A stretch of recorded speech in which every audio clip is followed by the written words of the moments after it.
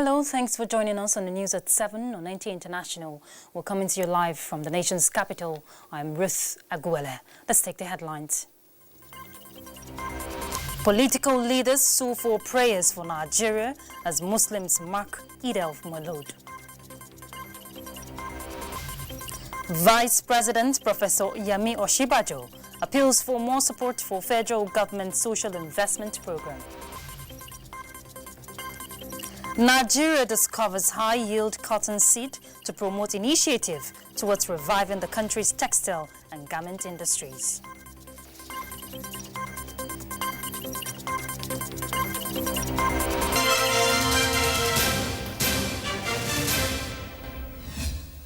And we begin with Eid al-Maulud.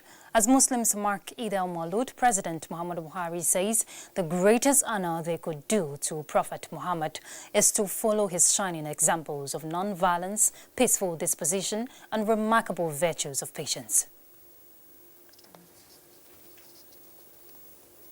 To the Muslim Ummah on the occasion of the Maulud celebration to commemorate the birthday of Prophet Muhammad, President Buhari said putting into practice the great virtues for which the Holy Prophet is historically famous and revered would have a far greater impact on changing attitudes and behaviors than the best sermons ever will. He said the indiscriminate killing of innocent people, the killing of female students and forcing them into marriage and conversion are contrary to the teachings and personal examples of Prophet Muhammad. Violent extremism, he said, is the single biggest challenge facing the image of Islam today, which has been hijacked by a minority of misguided elements who are using religion to cover up their criminal agenda. The president said there is the urgent need for increased vigilance by Muslims in order to frustrate and stop the spread of violent ideologies that are causing human havoc and tragedies around the world. He advised Muslims not to allow their children to be lured and recruited by extremists who will ultimately destroy their lives and future. While wishing Muslim Ummah a peaceful celebration, the president urged them to use this occasion to renew their resolve in promoting tolerance, love, harmony, and peaceful coexistence in the country. President Buhari also sent special goodwill messages to the emirs of Dara, Alhaji Farouk Umar Farouk, Kazare, Najib Hussaini Adamu, Hadija, Alhaji Adamu Abubakar Maji Haruna, and that of Gume Alhaji Hamad Muhammad Sani, whose people celebrate this festival named Salah Gani with greater favor, as well as prayers for the unity, progress and prosperity of Muslims in Nigeria and around the world. In a related development, the First Lady, Aisha Muhammadu Buhari, has admonished Muslim faithful to do only that which pleases the Prophet in order to earn Allah's pleasure. This was at a special prayer for the nation at the State House in Abuja. May Almighty Allah accept our prayers. It is Eid al-Maulud, a blessed event in the Muslim family, as Prophet Muhammad steps to the world. Here at the banquet hall in the Presidential Villa, Abuja, faithful of the revered faith gathered, drawing inspiration from this auspicious occasion to seek divine intervention on the nation's challenges and aspirations. Nigeria's First Lady Aisha Buhari reminded the congregation the need to work towards ending some social vices, especially among the youths. Challenges like corruption, drug abuse among women and young people. With the consent of Mr. President, I decided to come up with a presidential task force on drug abuse. We decided to come up with a task force. Since our Chief of Staff is here, he will help us to push it, to hasten the inauguration of the task force. For the Supreme Council for Islamic Affairs, loyalty to leaders should go beyond the lips. May each and every one of us not just continue to say Buhari, we should act Buhari, by also not being corrupt. May Almighty Allah continue to be with us and guide us and continue to make us model for the righteous. Easy for us. Allahumma nas'aluka al-huda. It's easy for us. Allahumma nas'aluka al-huda. That report was by Mia Ogidi, and more greetings pours in as the President of the Senate, Ahmad Lawan, Speaker, House of Representatives, Femi Gbajabiamila, and the All Progressives Congress has also felicitated with Muslims on the commemoration of Eid al-Maulud. A statement by his special advisor on media, Ola Owoni, urges Muslims and Nigerians in general to imbibe the virtues of peace, justice and love for one another, as exemplified by Prophet Muhammad. Similarly, the Speaker, House of Representatives, Femi Gbajabiamila, has urged countrymen and women, especially the Muslim Ummah, to use the occasion of Maulud to offer prayers for Nigeria. In a statement by his special advisor on media and publicity, Larry Lasisi, the Speaker calls for continuous prayers for Nigeria as Maulud, observed in remembrance of Prophet Muhammad, peace be upon him, is a time for sober reflection. Meanwhile, the All Progressive Congress APC rejoiced with Nigerians, especially the Muslims, on the occasion, calling for citizens to be law-abiding and eschew hate to build a worthy nation. And away from Maulud, more than 5 billion naira was raised in support of the poor and vulnerable women and children in some parts of the northern states of Nigeria. This was at a dinner organized by a non-governmental organization in support of children around the world, especially in Nigeria. Vice President Professor Yemi Oshibajo at the event says it is obvious that government alone cannot provide the needs of all and expresses the need for more philanthropic gestures and support of social programs in the country. State House correspondent Jide Onifade reports.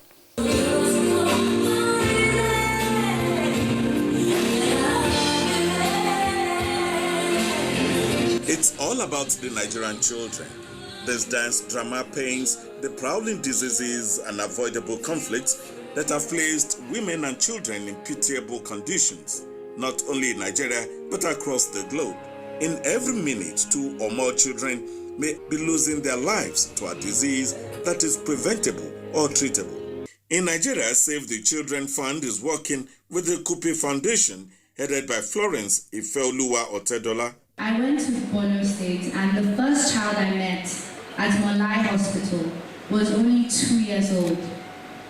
She was so malnourished that she needed a blood transfusion. Bed after bed, I met more and more sick children dying, including a 16-year-old mother who was also malnourished. Although hundreds of millions of children have been saved through radical approach by governments across the world to reduce child mortality, according to Global Childhood Report 2019, released by the Save the Children campaigners, the general feeling, however, is that more could still be done by respective governments, organizations, and even on individual level to prevent death of 44.4 million children annually.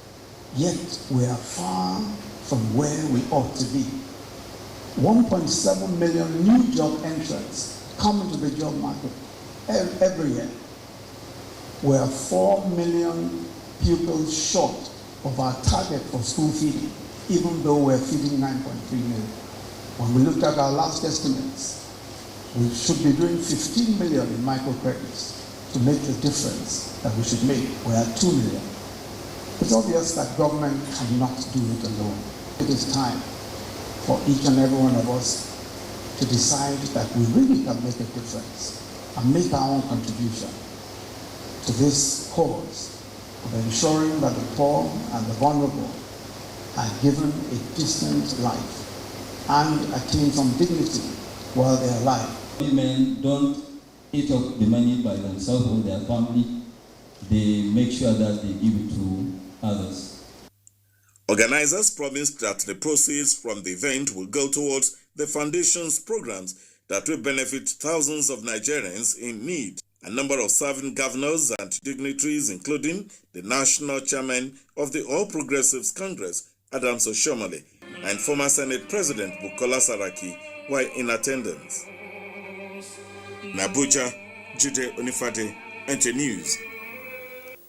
And talking agric now, the federal government initiative towards reviving the country's collapsed textile and garment industries has received a boost with the successful trial of new cotton seeds that are pest resistant. In this report, correspondent Musa Baba Aliyu takes a look at the characteristics of the new seeds and its socio-economic impact. This is how cotton plants look like. It produces balls at its maturing stage, which will later burst to bring out soft tissue fiber. Agriculturists say Nigerian farmers have been planting the cash crop since 1903, largely in the Savannah Belt, consisting states in the northern and southwestern parts of the country. One of the highest employers of labor in this country. And it also created hundreds of thousands of jobs in the different textile mills. In recent times, however, there is the fear that cotton in Nigeria will extinct as farmers have lost interest in its cultivation. This is due to high cost of production caused by insect infestation, low yield, coupled with issues relating to demand and supply. Without cotton, sustainable cotton production, then obviously the Guineans, who are the immediate users of the cotton produced by farmers, will not meet their installed capacities. The federal government's policy towards reviving textile industries challenged the country's scientists on the need to produce a high-yielding variety of cotton seeds that are easy to manage and are pest-resistant. A technology that will address the root cause of abandoning abandoning cotton production in Nigeria, revamp it, and also lower the cost of the production to farmers. Consequently, a new variety has been identified which has undergone series of field and lab trials and are judged among the best in the world. This crop is producing about 200 balls per plant, as against our existing crop that is producing less than 50 balls.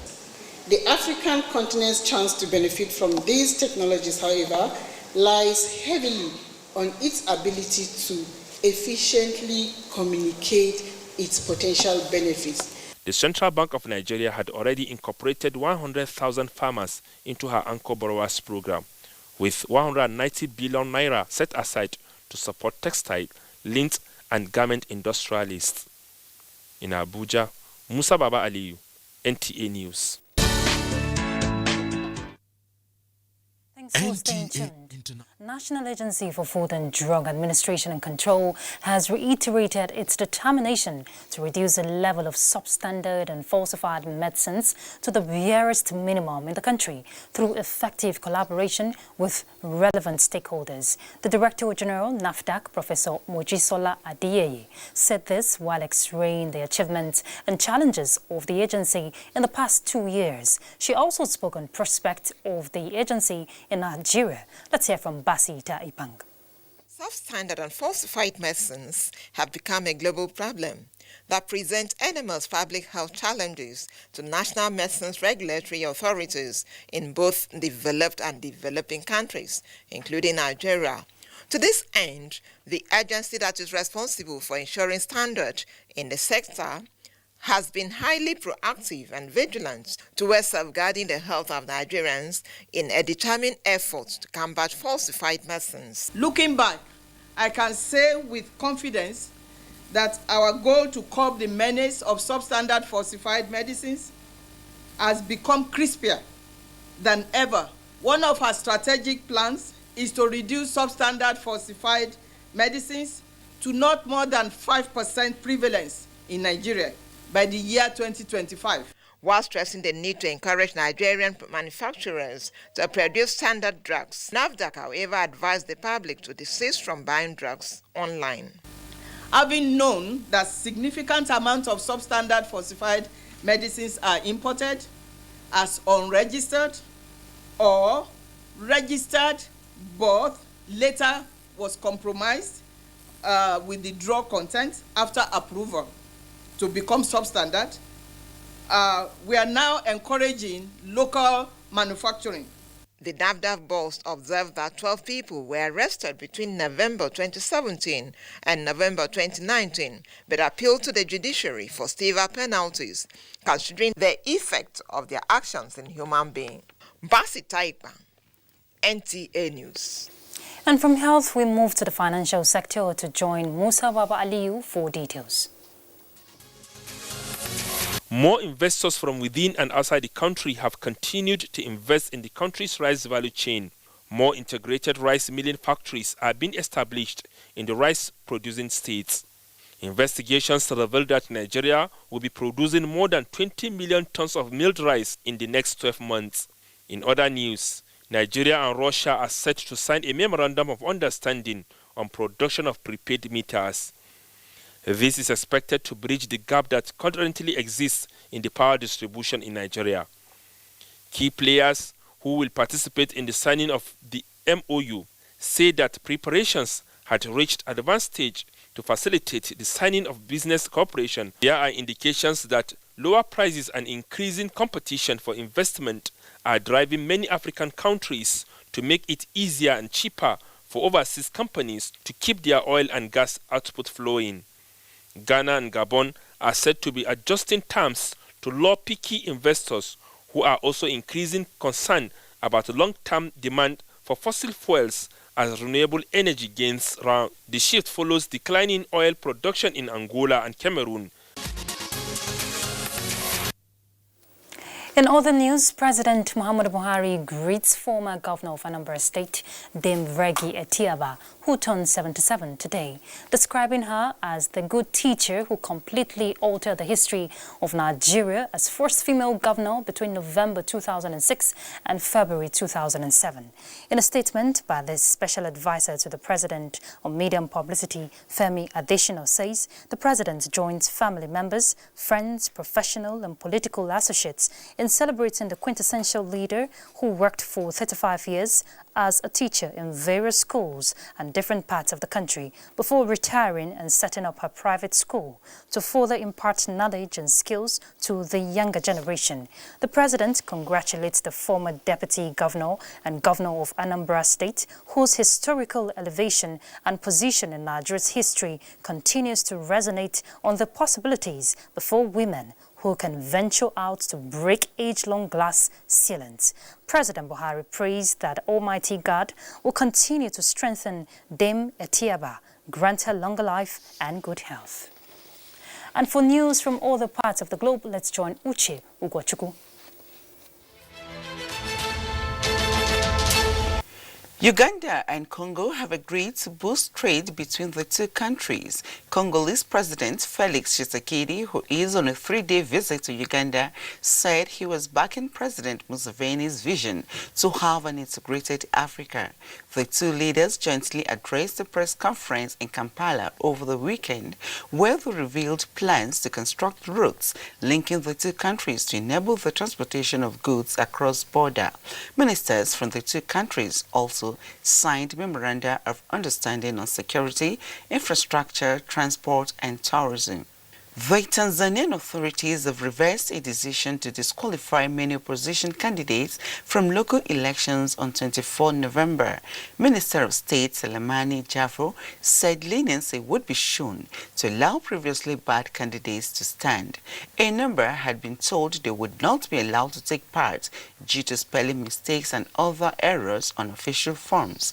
Meanwhile, several opposition parties had announced that they would boycott the local elections, condemning them as a mockery of the democratic process. Finally, the United States joins the UN assistance mission to Iraq in calling on Iraqi's government to stop using violence against protesters, reform its electoral system and hold early elections. This is coming after weeks of unrest in which security forces killed nearly 300 protesters. Iraqi leaders agreed on Sunday that electoral reforms should give more chance for young people to participate in politics and break the monopoly on power of political parties that have dominated state institutions since 2003. Uche Ugochukwu, NTA News. And let's talk sports now. Youth and Sports Ministry to roll out more developmental programs across the country. Gift George has this and more on Sports Update. The Federal Ministry of